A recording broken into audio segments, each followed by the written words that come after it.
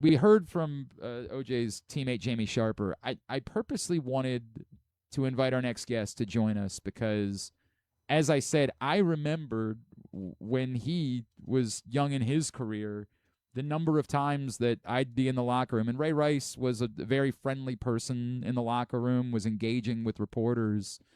And the number of times that he would say, "Oh, guys, I got to go. I need to go spend time with OJ right now." And how meaningful that was to me to learn about what OJ meant to another generation of Baltimore Ravens. Joining us now, former Ravens running back Ray Rice. He's with us here on GCR. Ray, it's Glenn. I appreciate, I know the circumstances are difficult, but greatly appreciate you taking the time. Can you take me back to when you arrived in Baltimore and how you were introduced to OJ Brigance and what a significant person he became in your life? Yeah, man. I think, I think we were OJ's first draft class. Um, and we had got the announcement. I know back in 2008, and but I just remember like progressively how it happened, man. I remember like the team meeting. I just remember, OJ just saying how hard he was gonna fight, to beat it, and he just never like you kind of just went every day, right? And you know what's going on, but you always wanted to be by that office because you got to see someone who never looked at the situation or circumstance. He always looked at like just kind of a superpower, how he can make the world a better place. Like you gotta have like superhuman strength to do that. Like it's like you're living your legacy out loud, man. And it's just truly like it's tough, man. It's tough for everyone that knows that, if you really want to, like my version of OJ's impact is how he was able to connect with my 9-year-old son. Hmm. Like like my son, he wasn't born here in Baltimore. We moved back, so everything for him is like anything that it's kind of weird. Like I'm becoming like cool to him because he's starting to see some things, now and it's that. My dad was really, he really was in it. And but when he got to meet OJ, you know, he got to really take a deep breath and be like, wow, like I'm talking to someone and he's all there. Yeah. Like he might not be able to walk, but he is all there having a conversation. And my son just thought it was the coolest thing in the world, man. And he actually, when I told him, he was, it was pretty torn up, man.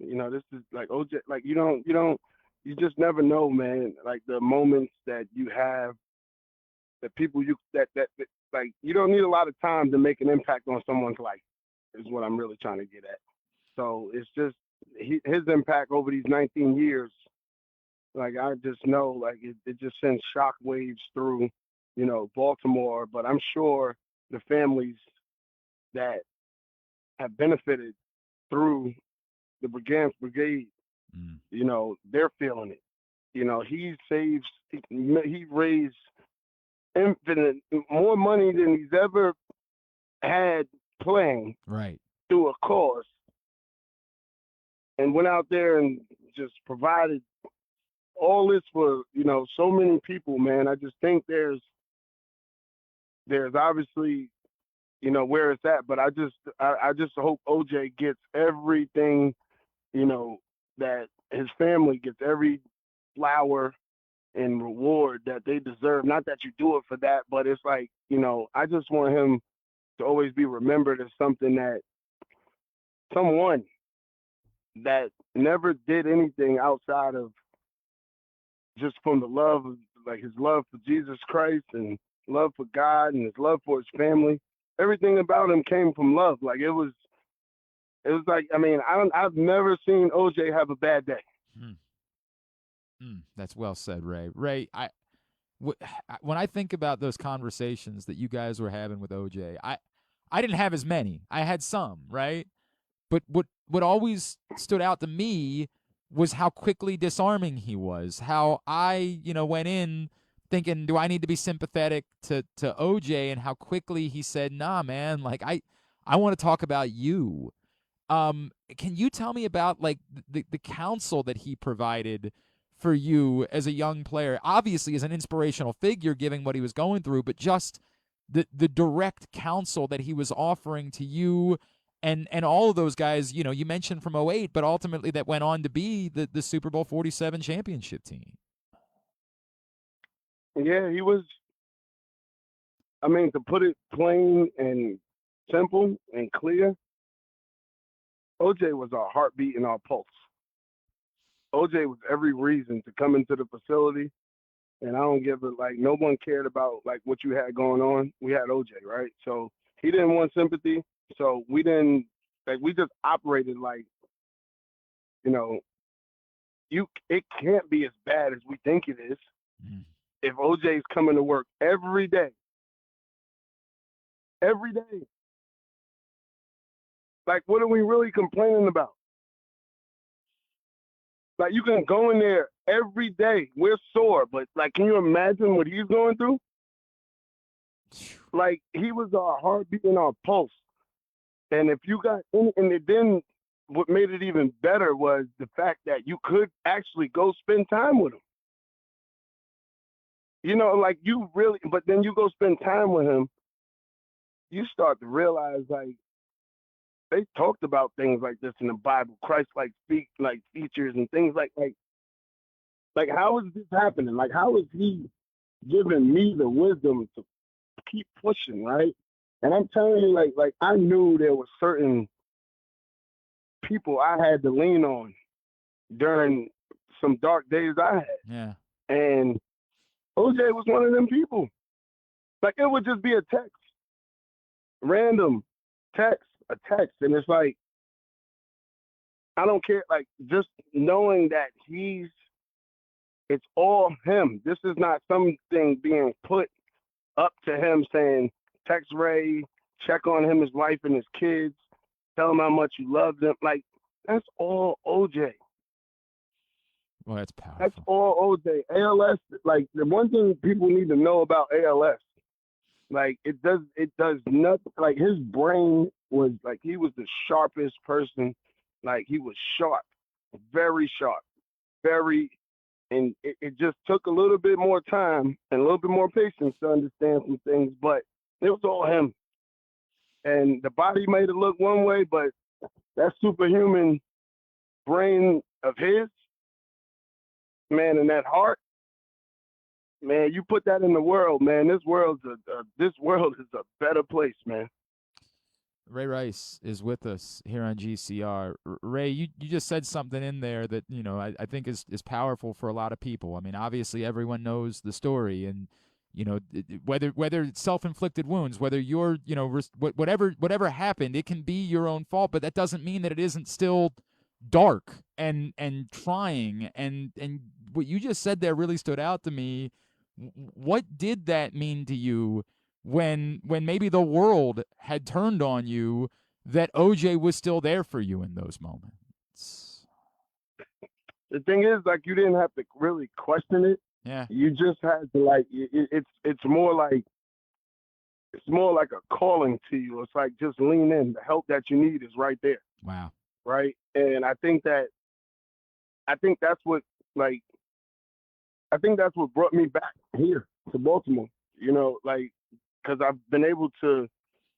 go to I've been able to do the Brigance Brigade, go to the gala, go to the events, right? I've been able to, see OJ just be a beacon in the community, right? So it's just one of them things where you just lean in, right? And that's who he's been. That's what he's always been. And just because they see him in the chair and every time you see him, but one thing you can always say about OJ, anybody that known him, if you didn't know him, if you knew him for 5 minutes, he was always smiling. And even in the condition that he was in, you would always see, no doubt, even with the wink of his eye, he was smiling. Yep. Right. And that was just a beautiful part of him, man. I just like that's why I said OJ never had a bad day And because he through did. it all, he always smiling. And Ray, what you said about his brain, I've joked about it a couple times. It's funny you bring up your son because I introduced my kids to OJ a couple years ago, and there was almost like a fear, right? Because they've never seen someone in this condition before. Like they don't, they can't shake this person's hand. They don't know what to do, and how quickly he went to disengage them and kind of poke fun at them and say, "Well, I can still beat you up," right? Like Yeah, it blew my mind to see him interact with kids that way, and how quickly he was able to disarm them and make everything feel so normal. Like it was just such a beautiful thing for me to witness, and I'm sure your son went through the same feeling. yeah, man. Like it's man, like that's why I said time, like the amount. This is where you plant the seeds. This is where the seeds are planted. Like these are when you're raising the seeds of the world to look at things and not look at them from a point where it's weird. It's a point of like, wow, this is how the kids start to learn how to give back to causes. Mm. Yeah, this is how they learn these things, and kudos to the families that understand that like people are going to go through things, but if you have time to help and give, it ain't about sometimes the money, it's about your time.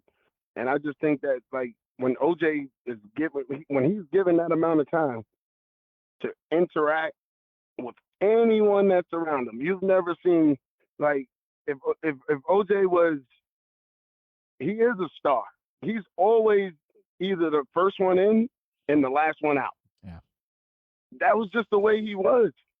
And, his calling on the field may have been one thing, but his calling in life just speaks volumes, man. It's like we've always been told about these legacies, man. And, my auntie told me that, she used to always read this poem, and it was weird because I would always hear this poem at funerals, but it makes sense. It was talking about the dash, right? And you were born at, I was born 1987, but everyone has that middle part, right? Mm. And that dash, right, is your legacy. And we've got to witness, like, and I know it's like, we don't like the fact that we can't touch and we can't, be around them and hug them and things like that, right? But OJ's lived a full life, a very full life. And his legacy in that dash in the middle, I think everyone knows where he's going. Man. Everyone knows where he's going. Now he's up there. Now he's like, he served his purpose, but it doesn't make it any easier. What it does make it very clear that when you live out your dash the right way, you kind of got to do it while you're alive because you know where your next destination is. And I know that, sometimes that becomes a little too surreal at times, but it's right in front of us every single day. I've been losing teammates left and right, and you just don't understand it, right? But I do understand that you do have a dash in the middle, and that dash is not a time clock, right? It's about what you do, when you get up every day. Boy, Ray, I'm reading. It's "The Dash" by Linda Ellis, and Yeah, the last lines for that dash represents all the time that they spent alive on Earth, and now only those who love them know what that little line is worth. And boy, that it's hard to not get choked up right now, Ray. It's really hard to not think about how truly profound OJ Brigance's dash really was, man. yeah. Ray, I thank you. I thank you for doing this and taking the time and for those words and to share with the heartbeat, the pulse for your group that OJ Brigance was. Let's chat again real soon. Thanks for hopping on this morning, man. No, thank you. I appreciate it. Man. Ray Rice taking the time for us. And